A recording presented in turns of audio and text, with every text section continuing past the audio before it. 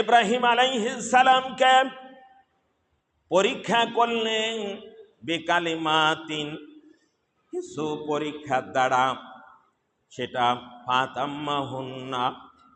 ইব্রাহিম আলাইহিস সালাম সেই পরীক্ষাগুলো পুরা করলেন, পাশ করে গেলেন। আল্লাহু আকবার।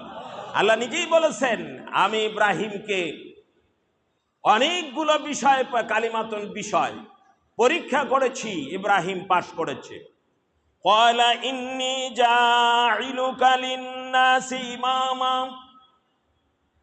এই পরীক্ষার পর ইব্রাহিম যখন পরীক্ষায় পাশ করে যায়, আল্লাহ ইব্রাহিমকে ডাক দিয়ে বললেন, ইব্রাহিম, আমি তোমাকে ইমামা লিন্নাস ইমামা, মানুষের জন্য তোমাকে ধর্ম ইমাম বানালাম। সুবহানাল্লাহ। ইব্রাহিম আলাইহিস সালাম খুশিতে জোশে, খালি নিজের কথাই না, মুসলিম জাতির পিতা। নেতা কাকে বলে? নেতা শুধু নিজের স্বার্থের জন্য না। আপনারা মাইন্ড করবেন না, যেহেতু আমি বাংলাদেশের একজন নাগরিক জন্মসূত্রে, কি বলেন, ভোটার আইডিও আছে, ন্যাশনাল আইডি আছে, আমি জন্মসূত্রে বাংলাদেশের নাগরিক, পূর্বপুরুষ থেকে আমার দেশীয় একটা দাবি আছে। যে কোনো নির্বাচনে নেতা লেখে জনগণের সেবা করার সুযোগ দিন। কথা কন। যে কোনো ধরনের নির্বাচনে গেলেই জনগণের সেবা করার সুযোগ দিন। আচ্ছা বলুন তো, কয়জন জনগণের সেবা করে না নিজের পেট সেবা করে? কথা কন। জনগণের সেবায় বেশি করে না পেট সেবা বেশি করে? আরো জোরে বলুন।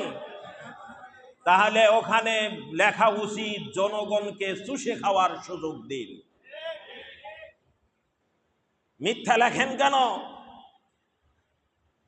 আপনার স্বার্থের কাছে আপনি বিক্রি হয়ে যান। পরীক্ষায় পাশ করলেন, একটা নেতৃত্ব হলো আল্লাহর নিয়ামত, এটা আমানত, এটা হলো আমানত। সবাইকে আল্লাহ নেতা বানায় না। মুসলিম জাতির পিতা ইব্রাহিম আলাইহিস সালাম দোয়া করেছিলেন, জোশে বলেছিলেন, ক্বালা ওয়া মিন যুররিয়াতি, ইয়া আল্লাহ, তুমি আমাকে নেতা বানালে, কিন্তু পরবর্তীতে আমার সন্তান সন্ততিরা যারা আসবে তাদেরকে কি তুমি নেতা বানাবে না? আল্লাহ কৌশলে উত্তর দিলেন, ডাইরেক্ট বললেন না, নাম হা আমি বানাবো, তা না বলে আল্লাহ বললেন, ক্বালা লা ইয়ানালু আহাদিয যালিমিন। সুবহানাল্লাহি ওয়া বিহামদিহি, আল্লাহু আকবার। আল্লাহ কি কৌশলে উত্তর দিলেন? আল্লাহ উত্তর দিয়ে বললেন, ইব্রাহিম, তোমার সন্তানদের মধ্যে যারা জালেম, এই জালেমেরাই নেতৃত্ব পাবে না। কোন নেতৃত্ব?